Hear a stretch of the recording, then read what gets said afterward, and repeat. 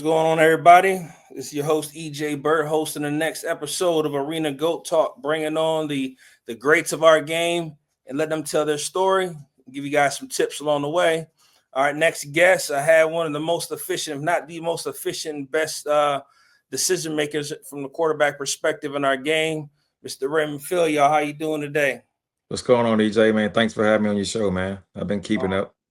Man, I appreciate you taking out your time to come on and share your story with me and being able to give some tips because again with I feel like a lot of our stories and a lot of the knowledge from the guys who played this game it need to be shared with the Right. younger generation. Yeah, but I've been watching your shows with some of the older guys, especially quarterbacks you had on, man. I watched the Clint Dozell one. It's kind of, get the ball out fast type of deal. So a lot of what we did in the past, man, it can really help this next generation of athletes, especially quarterbacks that are coming out. Definitely, definitely. So let's get into your story. So kind of get into where you from and kind of your upbringing and how you kind of got introduced to the sport of football, and we'll go along from there. Yeah, man, from Shreveport, Louisiana, born and raised, northern part of Louisiana, about 2 hours or east of Dallas, about 4 hours north of New Orleans. So up closer to Arkansas. Went to high school there. Three sport athlete, played football, basketball, and ran track. Back then, it was you had to play multiple sports. You know what I'm saying? Nowadays, everything is so specialized, and kids are doing stuff year round. It's kind of like what.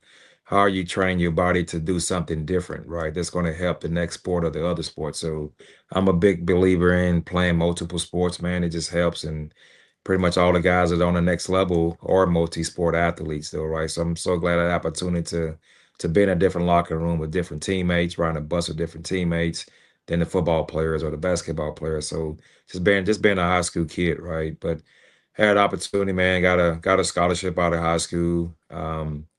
To University of Louisiana Monroe, about a couple of hours from Shreveport where I grew up. So was able to kind of play at home, close to home. Played there for 3 years, man, just 3 years starter, and kind of got to school as a redshirt freshman. And I think about like the today's transfer portal where coming out of high school, back then there was rarely guys that came out of high school and was able to play in college after their first year out of high school. Like it's a little bit more different now, but I always felt like that first year should be developmental, right? Mhm. And first of all, getting used to being out of the house for the first time, living on your own, freedom, and then a schedule, like a work schedule with football practice in school. I think every kid needs to be registered their freshman year. Obviously, some can go in and play now out of high school, and that's okay. But that year should be used as developmental, which is not being used that way anymore. It's just kind of like, oh, you're a walk on now, and you go run the scout team, but I don't really have time to develop you because the system and the game has changed, though, right? So that year really helped me mature, become a young adult in college and understanding what it takes to be a college athlete, right? From the school part of it to playing games to traveling now. So I was, it was a little bit different, but when I got an opportunity to get a groove, I ended up being a 3 year starter there. So was happy that I had that opportunity to play college football and Mhm. everything that comes with college, right? Friendship, a lot of things that you just grow up as a young man to get you ready, get you prepared for life. So coming up in Louisiana, like how are you introduced to football? Like, is there a story like there's someone you kind of looked up to and that kind of led you into the sport?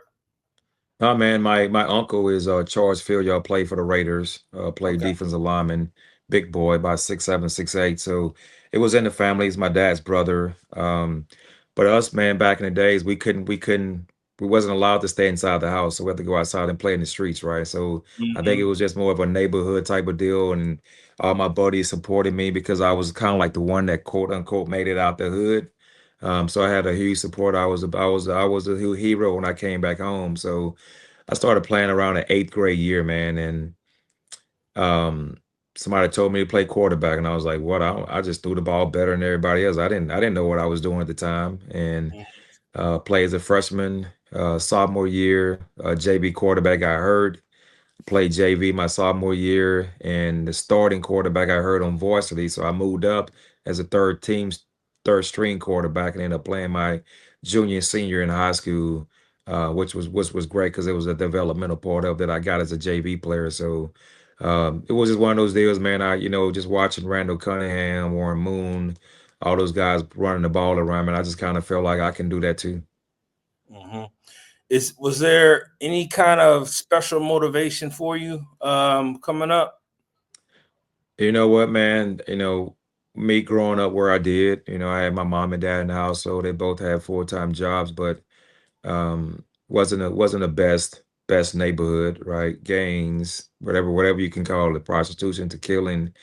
So I think my motivation was trying to get out of it, right? Trying to get my family out of it, right? So I knew, to me, I think it was either football or bust. And that's just the way I thought at the time. I didn't realize that it was way more than that. But, I saw other guys that use sports to get out the hood. And whether it was basketball or football or baseball, I just felt like there was back then, there was, I mean, even today, a lot of kids, that's their it's sad, but that's their way out, right? And so that was the thing that would I wanted to get out of my situation.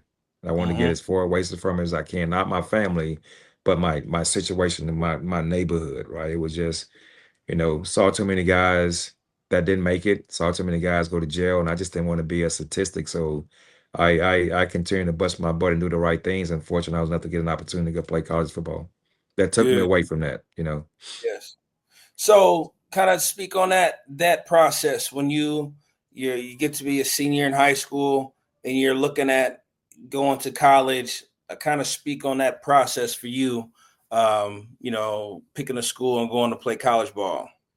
Yeah, I had a couple of offers, most mainly in the state of Louisiana. Back then, I was, wasn't a prototype height wise for a quarterback that was coming out of high school in 92, 93. So a lot of partial scholarships, like to LSU, to Nebraska, as an athlete slash DB. And at that time, I was like, I'm a quarterback, so I didn't really understand, right? And North ULM was one of the schools that gave me an opportunity to be a quarterback, so I took that offer and I ran with it. And looking back on it, I didn't understand the magnitude of having a free education, right? First of all, um, and not having anybody in my household that graduated first. I was the first one, so a lot of the school part wasn't really hammered in. I was just a gifted kid in high school. I just went to class and did the right thing, so that made me smart. But I got to college and got a little bit of freedom, and then take advantage of the free scholarship. Right, I just thought about football only, and so I had to go back to school and graduate. Right, I left, felt like I was going to the NFL, and I ended up going to CFL. So I kind of left early without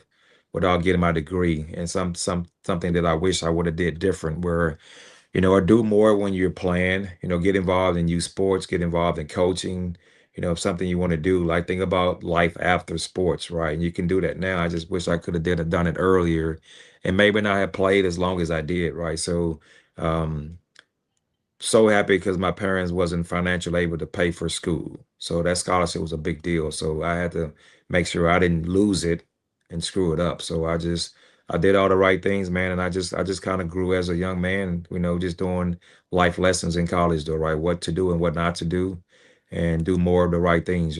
So Hmm. So you kind of touched on it a little bit, but I guess I want you to kind of speak on your development process. One, you kind of spoke on you as a person, as a man in college, developing.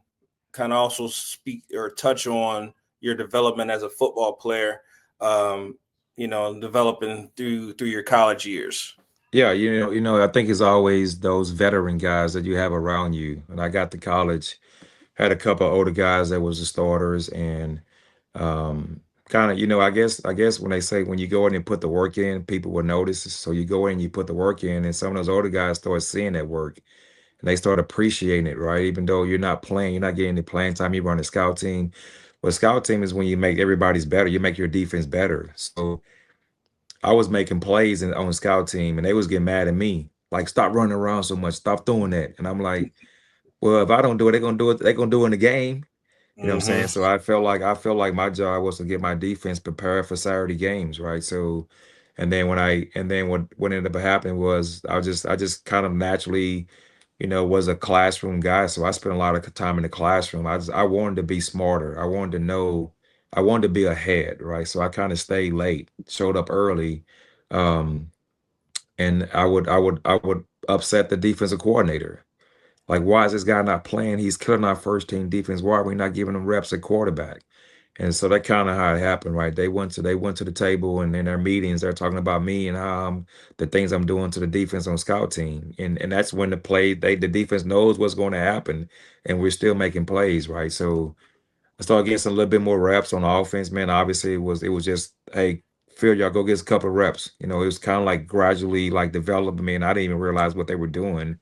Then that Mm-hmm. next spring, after my freshman year, I had an opportunity to compete, man. It was a three-man rotation, and kind of went from there. And with the reps that I was given, I just took advantage of my reps I was given, and I put the pressure on the quarterback to make the decision. They chose me, man. I kind of like feel like, oh, I ain't gonna lose it now. I got too much that I'm not going back there anymore to my, what I'm saying? So I kind of took it and rolled with it, man, and made it work, and did all the right things I need to do to keep that job. Okay, good. So, all right. So now we made it through high school, college. Now talk or speak on your graduating college. Your pro prospects. That journey from college to the pro ranks. Yeah, so my senior year was my last year, and by that time I was ranked fourth, like fourth to sixth nationally in the FCS, LBS, and stats because we was independent, so we threw a ball a lot. So I was averaging about 400 yards, about 4,000 yards a season. So my stats, I was up there high, man. We just wasn't winning the games and wasn't really any recognition though, right? So kind of felt like I had a buzz. There was a little buzz about NFL workouts. I just took upon my senior year where I just pretty focused on that, trying to make it to the next step, right? I figure like if I don't do it now, if I don't go all out now, if I don't work from my training to everything, this might be my only chance. So it was just bad timing for me. And I say that because I think the year, like, I came out of school in '97, and you look at the prototype quarterbacks in '97. I don't think anybody was shorter than 6 feet or 6'2". And here I Mhm. am, 5'11", and the NFL route wasn't a deal for me. I was always told to go to CFL because that's when Doug Flutie was ripping it up, right? And Mhm. it was kind of like one of those deals where it wasn't not the next Doug Flutie, but it was more easy for me to make a living in the CFL because of somebody's already doing it, my prototype style, right? So um Winnipeg came in, and Winnipeg Blue Bombers, they flew in, took me through a workout, and I kind of pretty much signed without even, because it wasn't any of a buzz from the NFL, so I kind of just jumped in where I fitted, and I took that and ran with it, man, and went there and was in the Winnipeg, in Canada for a couple of years. I was up there with Kevin McDougal from Notre Dame, again a professional. So I kind of learned the professional side of it, where it's a job now, where um it's just different now, right? And I got the definition of what a pro means, right? And obviously I didn't play as much as I wanted to, so was out there a couple of years, man. It was we wasn't one of the better teams, but so I wanted more playing time. Was kind of disappointed with the playing time and how the reps were split, so I kind of was probably a hard head, and kind of ran myself off from up there. But um it was a first experience, and that was the first time that I ever moved away from Louisiana. So it was a culture shock for me as well, from growing up, from what I saw growing up when it comes to racism and prejudice and things that you couldn't do, because that's what I always saw my whole life, to go into a different country, right? And I was like, wait a minute, you can do that here? Like, what are y'all doing? You can, Mhm. in a racial, like, is that possible? So a lot of, I'm so happy that I got an opportunity to see different cultures, different countries, to see that, there's a different world out there, right? So I think through football, it has given me an opportunity to see the world in a different point of view, than my homeboys that I grew up with, because they only see one thing. They still see it because they never left Louisiana, so they've been some of my games on the road out of state, but they haven't been around, so they don't understand the difference of what I've seen. So so glad I had the opportunity to develop as a person to know, there's a difference, and that's not right. What I was Mm-hmm. growing up to, that's not right, man. So um, it's just a tall behavior, and um, you know, just be okay with just loving somebody else, man. Yeah. It's the Yeah. world we live in, right? Oh yeah. Oh yeah. If you don't see nothing different, you're gonna expect that that's what the world, Yep. the whole world operates this way. So Yeah, same stuff we saw growing up is still going on, man. It's just got more cell phones, video in that though, right? So obviously it doesn't like it's going to change, but if I can be a part of the change, I'm gonna do all I can where I can. mm-hmm. Good, good. So how did you get introduced to the AFL, the arena game? So when I was in Winnipeg, one of the coaches was Lee Johnson, LJ. Really? He's on the Yeah. staff. He's on the staff, man, and he ended up leaving, and he got a job with Albany Firebirds in '99, the year that they won it. Right. And when I did a couple jobs from my stunt from the CFL to me getting a call in 2000 to report the camp to Albany.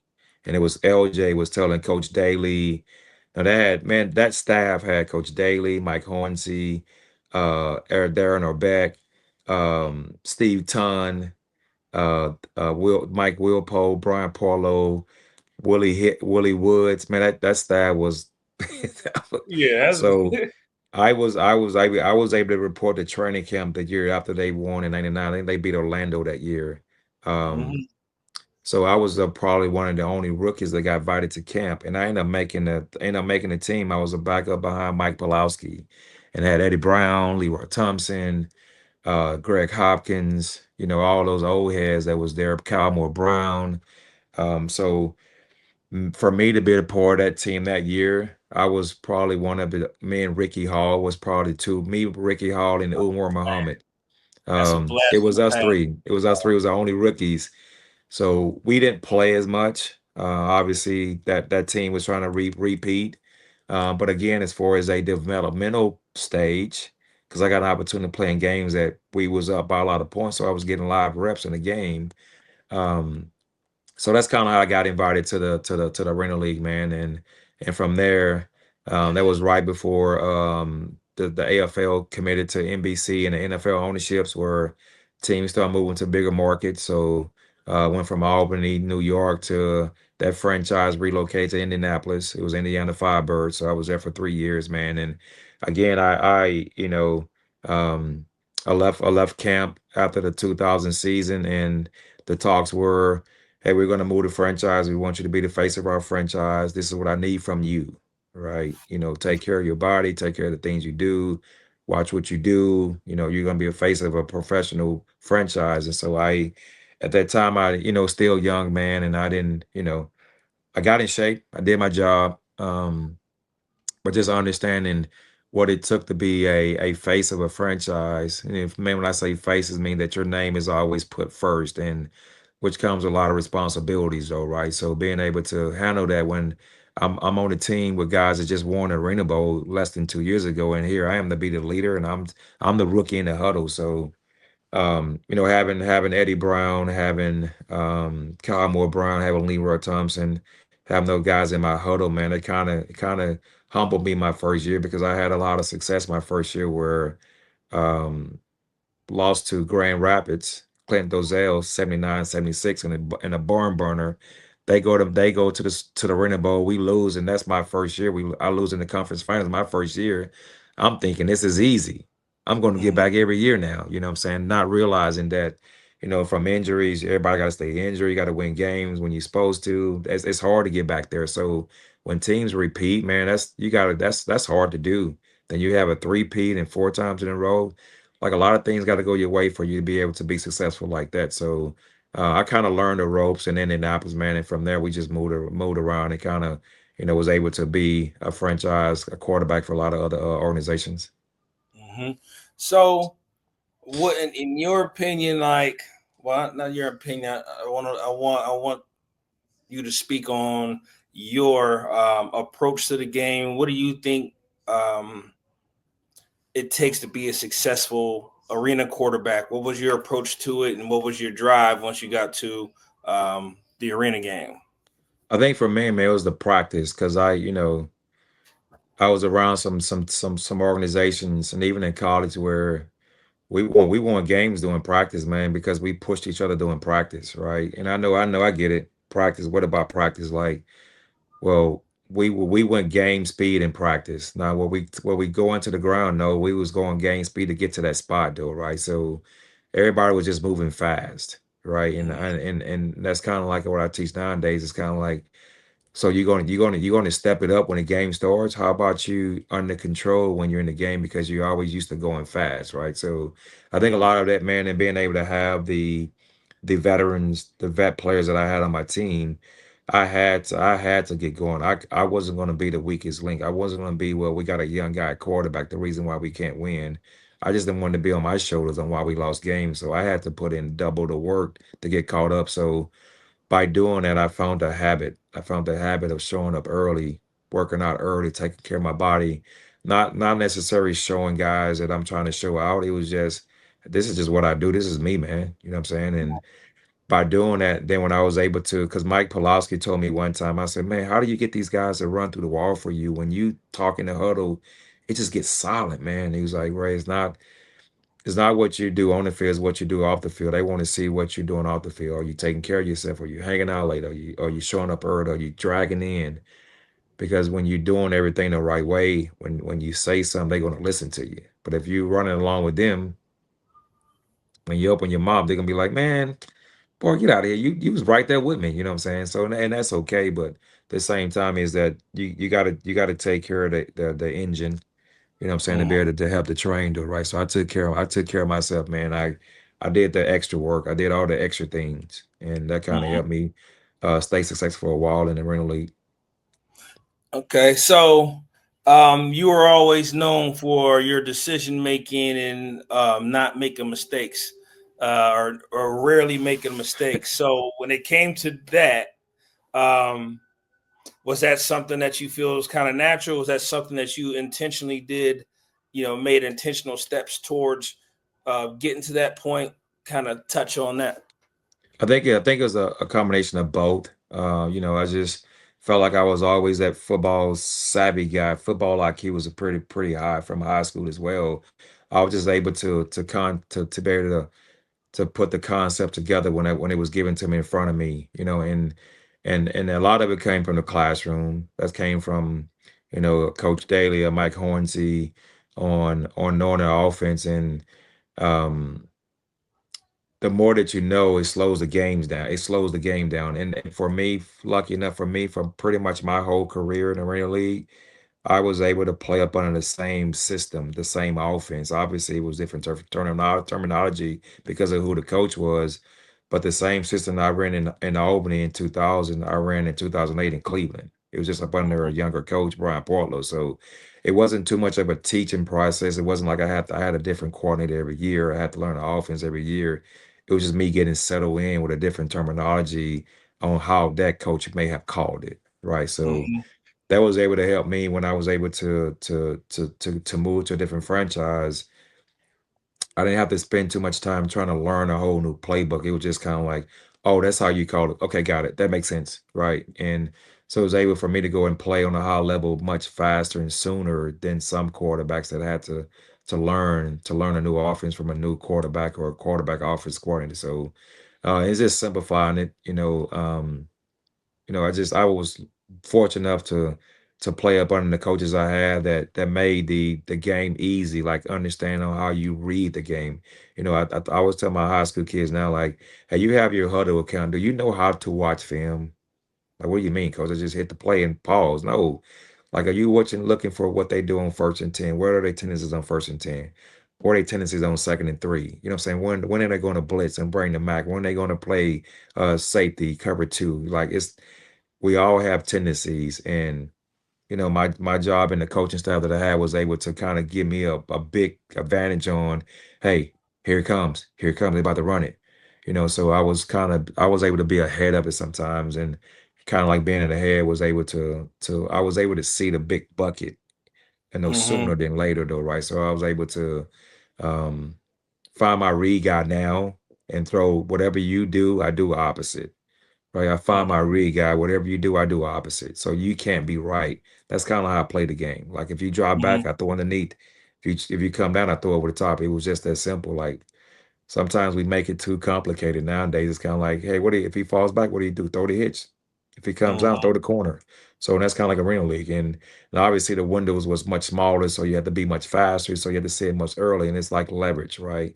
Having a guy like Eddie Brown running a route for you, I had to throw the ball. I had to throw him open because he will stay in his route to win leverage, but then I have to know exactly where he's going based on his leverage. And when you have that timing with your receivers, all they can do is make tackles. It's going to be a lot of catches being made, if not touchdowns. So, it was a timing we put in practice going full speed, right? So that in the games, I can throw this ball and I know you're going to get it, right? It may run into the wall, but I'm throwing in a spot where only you can catch it. And um, Coach Hornsey told me, he said, these people come to the games to get a free souvenir, so throw the ball away. You right. If it's not there, throw it away. So obviously I wasn't throwing away because it's a loss down. But when I didn't when the defense hit the call, don't force it, throw it away, right? So and back then it was like whoever had the ball last win game. So your goal was try to steal your possession, and then you get the ball back at half, and now you up a possession, and then you go from there though, right? So but yeah, man, I was able to, be able to spend a little bit more time in the classroom. And um, when I got my playbook, I was able to grasp it a lot faster. And I just put so much rep into, drawing my plays out. I would call it, I would draw it, I would write it out, I would draw it out, I would say it out, but write it out, draw it out, say it out. And that kind of helped me learn it because, I want to be able to tell you, hey, you do this, you do this, you do this, ready, break. So I had that offense where I kind of told my receivers what to do. You got to hit, you got a corner, you got to slant, ready, break. So being able to do that, I had to. It was long, long plays, but I knew exactly what we wanted to do. And I looked you in your eyes and told you got the slant, so run the slant. Don't guess. Oh, I thought this. No, I'm telling you exactly what to run. So that was able to help me because I was able to do that and I had time in the huddle where I was able to kind of translate that in with the protection and ready break in or the cadence and being able to snap the ball in time. Hmm. So you spoke on something that's people with experience in this game know of, but still in the possession, right? I want kind of your words, kind of explain that to people who may not know what you mean when you say that.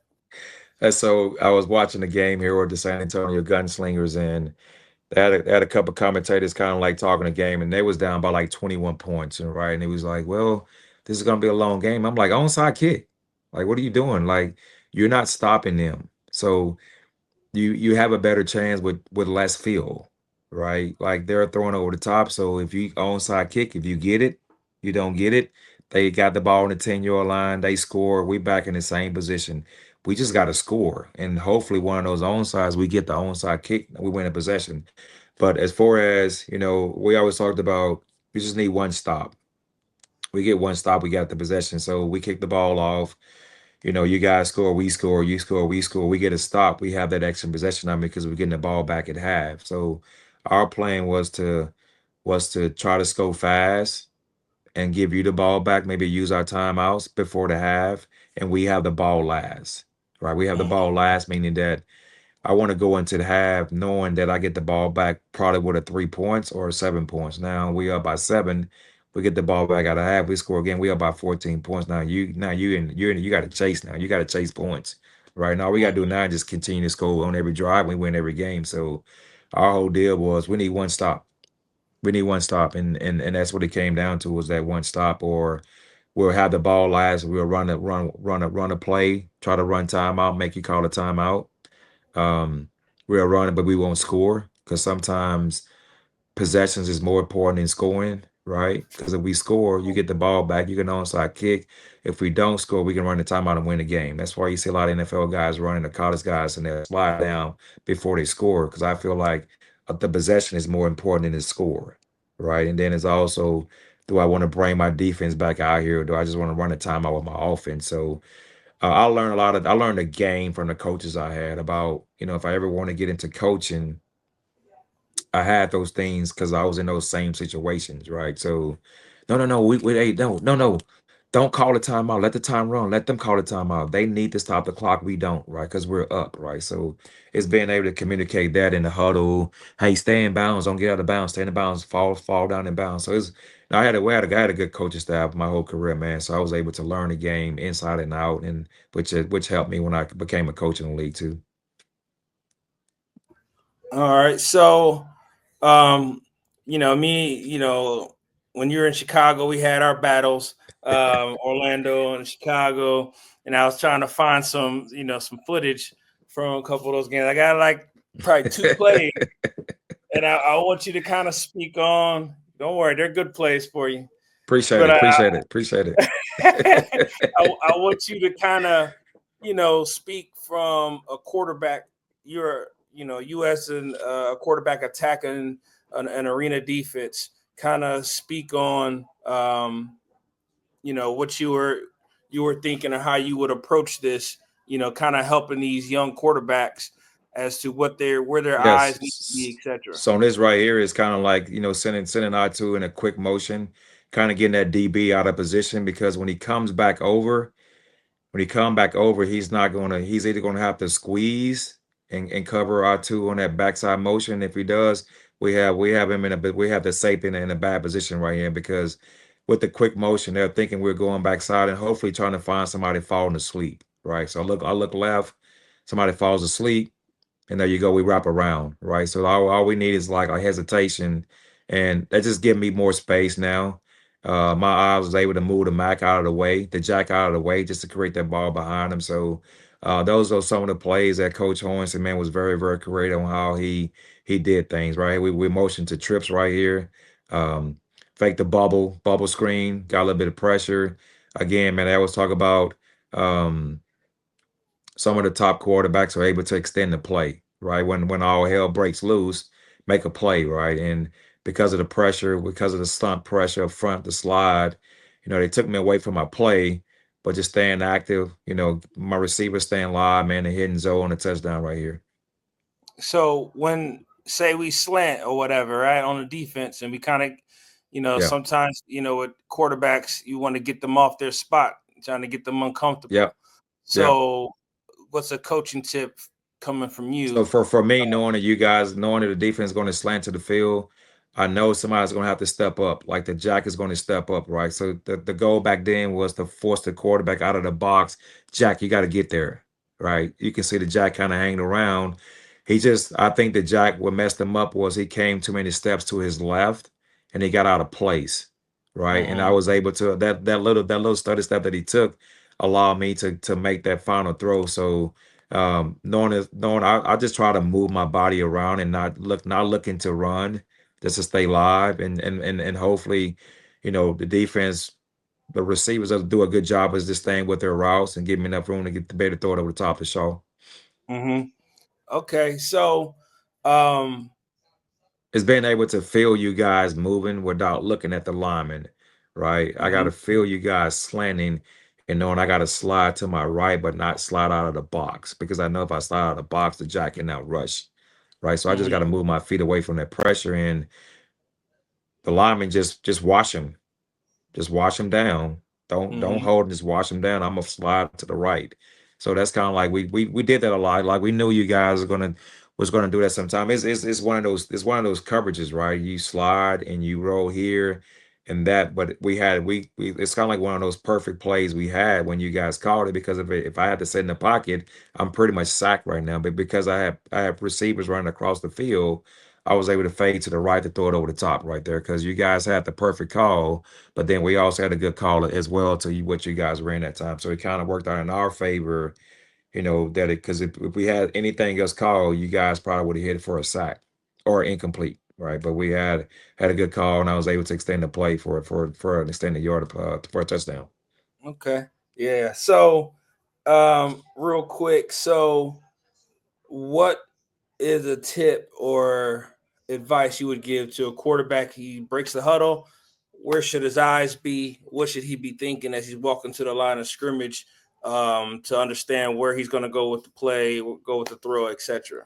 Yeah, so indoor game, right? It was breaking the huddle and finding your read guy, right? You knew what the formation is going to be when on the snap of the ball. Is going to be two by one or three by three trip side or whatever it may be, though, right? So it's just finding where he's at, right? Obviously, um, you could kind of based on alignment on how wide the defensive lineman ends are sitting Mm-hmm. if they trying to keep you in the pocket and bring the pressure up the middle. But it was the big thing in the ring league was finding my read guy right now and see where his leverage and kind of see what because sometimes everybody there's always one person that's going to tip the hat, like show the hand, not even Mm-hmm. realizing. So, we knew certain teams that certain guys would show their hand. So I would have to find a guy, and he would pretty much tell me pre-snap what the play would be before the ball was even snapped. So, again, that came down to watching film, having a great coaching staff that did a good job of breaking down film and tendencies. But I would break the huddle. I would find my read guy. Um, we do any type of motion, I would see who's moving. Kind of like in the outdoor game right now, guys go in motion just to see if anybody's going to shift with them. If they shift, it's probably man. If they don't, it's probably zone. So we did a lot of fake motions, looping around, looping back out of the formation to see who was going to move, right? So that kind of gave me a better idea, understanding of what may happen next, right? Man or zone. So to me, it was kind of like man or zone. Outdoor game, what I teach my kids now, my quarterbacks is once we break the huddle, your eyes go over the ball, see if there's a safety over the ball, OTB over the ball. Is there a safety in the middle of the field? Or if the middle of the field open, it's cover one, cover three. Middle field, I mean, if the middle field is open, it's cover two, cover four. Middle field closed, it's cover one, cover three. So, same philosophy. You got to find your read guy and kind of slow the game down from there.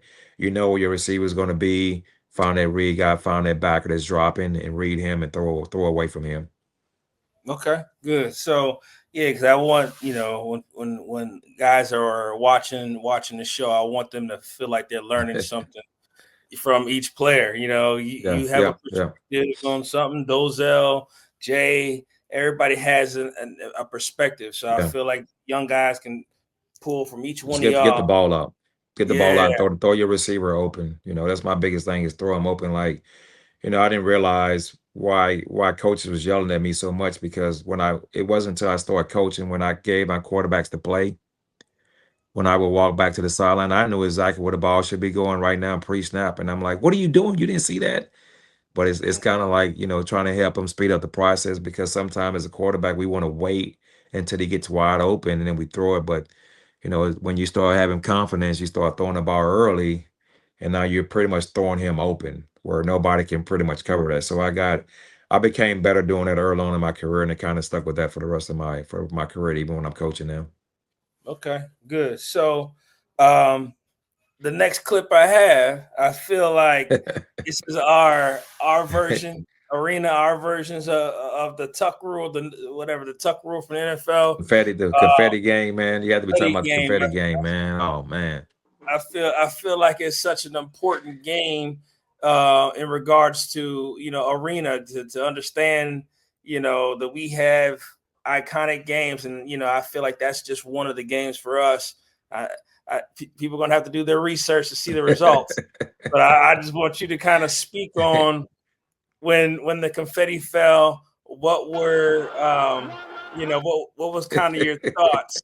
I'm like, what are y'all At doing? The that game is not over with. What are y'all doing? Like, pick this up. Like, what are y'all doing right now? Like, oh my God, they was really thinking Colorado was going to win. This is some bull. That's not what I said, but this is some bull. uh, But here's what happens, man. It was one of those rules where, it's one of those deals where the rule just wasn't justified enough, right? So, um, there was a pass interference in the end zone. Like we got the ball probably on the 5-yard line. It was pass interference in the end zone. It was obviously pass interference where don't let him catch the ball is probably what they were told in their timeout. Like whatever you do, don't let him catch the ball. Now we got the ball, we get the ball back maybe on the 2 yard line. Now do we go for it and win the game with no time left, or do we kick the field goal and go to overtime and play football? Right. I think nowadays looking at it, you go for the win. Then I mean, it'll be hard to win on someone else's fields on the visiting team's field in overtime. It's just so much things going on here, and just the fan base in general. So, we end up kicking the field goal because we couldn't get the time back on the clock, right? And that was one of the things that we boy, after that game, it was just so we kicked the field goal right here, and we tied up, and we go to overtime, and it's just they did a good job of stopping us in overtime, and they scored and they win the game. But the rule change was now is if it was the next year where if there was a pass interference, you can get the time back on the clock, right? So we would have asked for the time back on the clock with the penalty, and we would have took another shot, and Mm-hmm. and hopefully the time wouldn't have ran out. We probably would have scored. We probably would not have scored, but then we would have had a decision to kick the field goal then to tie it up. So I felt like we should have had one more play, one more free play, and then kicking the field goal if we don't score, because we would have got the time back. So that following year, one of the rule changes was if you pass interference in the end zone, you get the time back. So Mm-hmm. that play happened in the end zone where it was just one of those rules where nothing, he didn't do anything wrong. It was just the nature. It's kind of like knowing the rules and bending the rules a little bit. So but after that game it was able to change it. But that was a big game, and that was one of those, that was that year where um we already played Colorado twice. We played them in Chicago, beat them. They beat us in Colorado. Well, it was flipped. They beat us at home. We beat them in Colorado. And it was a game where we lost by 1 point, and um we had to go play them in Colorado. So the game should have been in Chicago, right? But Mm-hmm. and we had to go on the road, and it's like that home field advantage was a big deal. And just playing out in Colorado at that time, man, it was, with the support from the NFL, we had NFL ownerships that we had for teams. It was a professional sport, right? So that was probably one of the biggest games that I ever played in my career. And I was a lot of friends with those guys to this day, and we still talk about that game. So again, talk about the brotherhood and the friendship that we have created by playing this game. That I'm so glad I have the opportunity to do it. Mm-hmm.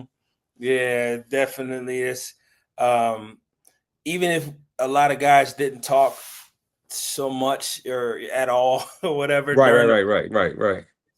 still a brotherhood. You reach out to each Yeah, other it is, on man. Yeah, social media, and it's like boom. You really feel like we ain't talk that much, but man, we brothers because we yeah, we didn't did brothers because we did. Yeah, we did yeah the same deal, man. We had some bad things that happened on that turf with some guys too, though, right? So for us to lay our life on the line for that, man, and so that brings you together. Like to this day, I still talk to JB, James Barron, Hugh hmm Hunter, Corey Mayfield, Donnie Caldwell, man. So we all in a group chat, so we still communicate once a week, man. So it's kind of good to be able to have former teammates that I still keep up with. That now we're all dads and we all have our families, so it's just a different lifestyle that we're doing. And our kids are at the age right now where they're in college, right? So they probably about to walk the same step that we walk. So how much advice can we give them now? hmm hmm So, you ended up transitioning into coaching towards the end. Kind of, can you speak on that transition Yeah, in your kind of point of view from the coaching aspect? yeah. So when the league folded in 2008, after that season, I ended up moving back to Shreveport, Louisiana, and Shreveport had a team. That was the league went dark in 2009 and came back in 2010 with the Arena Two teams that moved up, supposed to the Arena One, and it was a new league. Never really played at home in front of my family. So them having a team there, I played at home. I wanted just to, and I had a son, wanted to play so he can have the opportunity to see me play. Um, but it was different. It wasn't. It was. I had two jobs, and I would go to practice at night. Didn't really commit myself to it 100% when it came to how I took care of my body and the training part of it. So that led to an ACL injury early on in the season. We was undefeated 6-0 because I felt like we had the better team. And the game was just so. I kind of felt like it was so easy for me, but it was just, it just wasn't. It wasn't a profession. It was. We had to do other jobs and then come to practice, right? So it wasn't what I thought it would be. I had an idea, but I didn't realize until after the fact. But after that, I got into coaching for the team. Um, did some offensive coordinator, and then that next year in 2011, Coach Derek Stingley was in New Orleans with the Voodoo, and gave me my first OC job there. And then from there, I moved to San Antonio where I am now, and I've been here ever since. But I had a brief stint with the Jacksonville Sharks with Coach Les Miles for a couple of years, and we had an opportunity, had a good team there with Tommy Grady at quarterback. So learned a lot from him. Again, learned a lot from Coach Moss, and just understanding how to be a head coach when it comes to the transactions. Um, you know, finding a recruiting part of it. So I was, some of the things that I've been a part of, and I'm so happy that I had that opportunity to go through that so I can learn it myself. So if I ever had an opportunity to get a head coaching job, I'm ready for it, right? Just because I put my time in. But the coaching part was fun, man, because now it's not about the physical part, it's about the mental toughness. Because after games, I'm drained because I'm trying to outcompete that guy across the field from me, and my brains are mentally drained after games. But it's right back to the drawing boards. We, sun up to sundown. It's even more time than the players, because I got to get the players ready for my play, with my practice squad, my plays, right. So um, it was no sleep. Being a coach is a lot. A lot of kids don't see that. Even though we may go home to our families, but we're going on to our families and we're still working, right. We're just at home, not at the office, right. So it never stops. So to be great, man, it just never stops. You got to put the time into it. And so that was cool to have the opportunity to be a coach, man. And um, that's also helped me for where I'm at now in life too, though, right? Being able to run a team, right? And whether it's a head coach or a general manager, you're still running a team, right? You still got a bunch of employees that you gotta manage, right? And figuring out how to get the best out of each one of them, because they all are different, right? So you find the best and we be a better team. And so I'm so glad I had the opportunity to coach. So, um, speaking from a coaching point of view, when it came to recruiting an arena quarterback, what are characteristics that you looked for in a guy who you wanted to be your quarterback?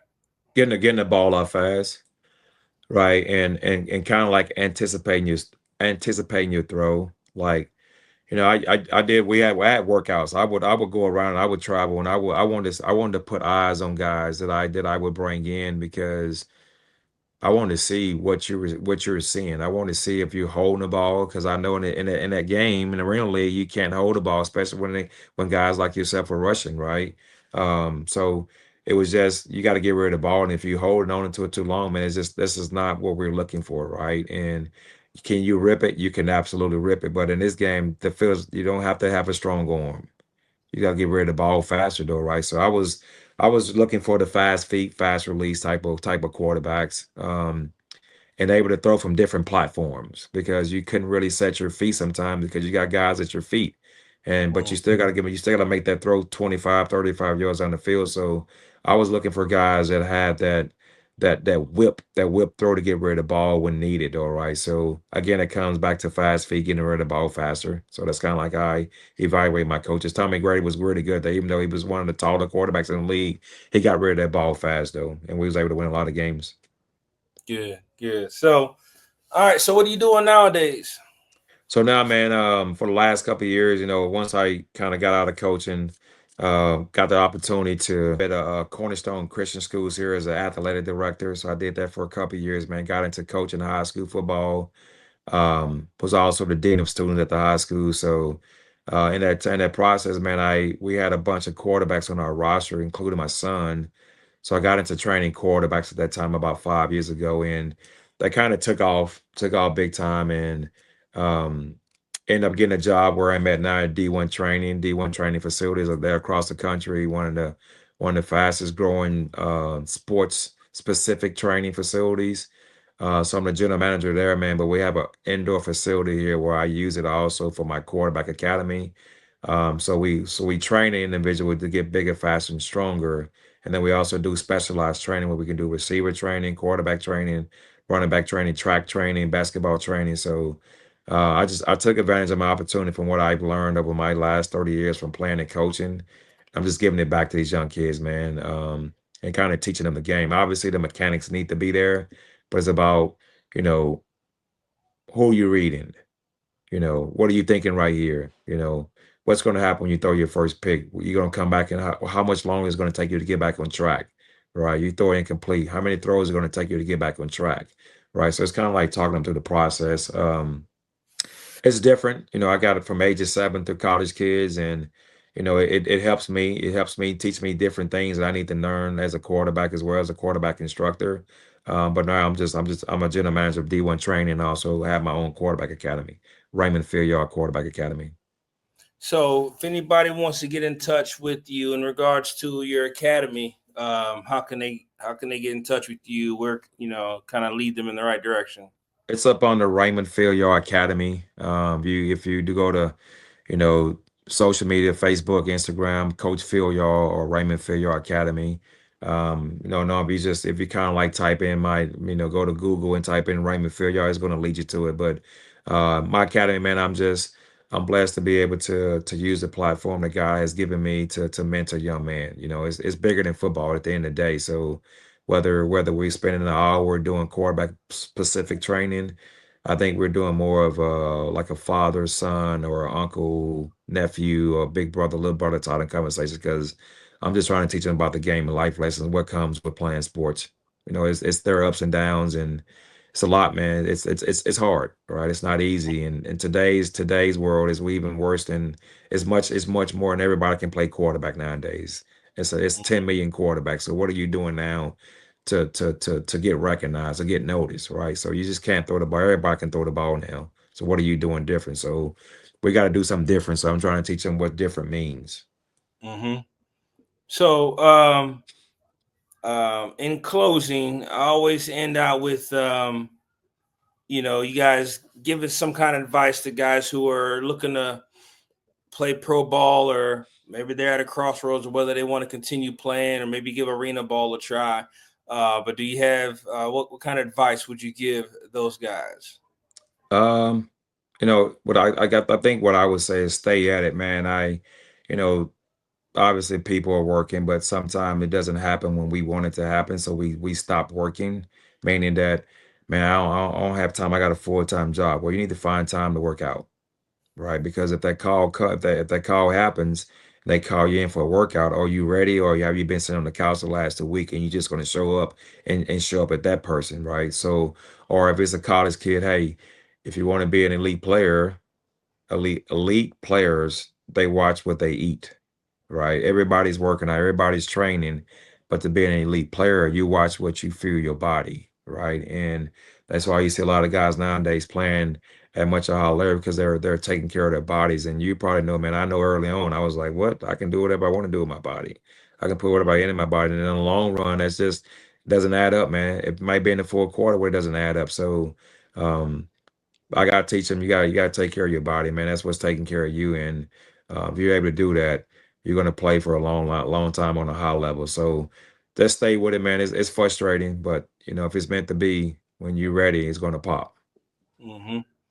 All right. Well, sounds good. So again, appreciate you coming on. Appreciate you, coach. Appreciate you, EJ, man. Appreciate it a lot. Big Yeah. fan So of the show, man. yeah, again, I want this thing to help tell everybody's stories. So many Yeah, so we many all got a guys. story, man. Yeah, Yeah. definitely. So, but appreciate you coming on, Thank you, and man. Appreciate we'll be it. in touch. And so we'll be talking soon. Yep. Appreciate it, man. All right, thanks.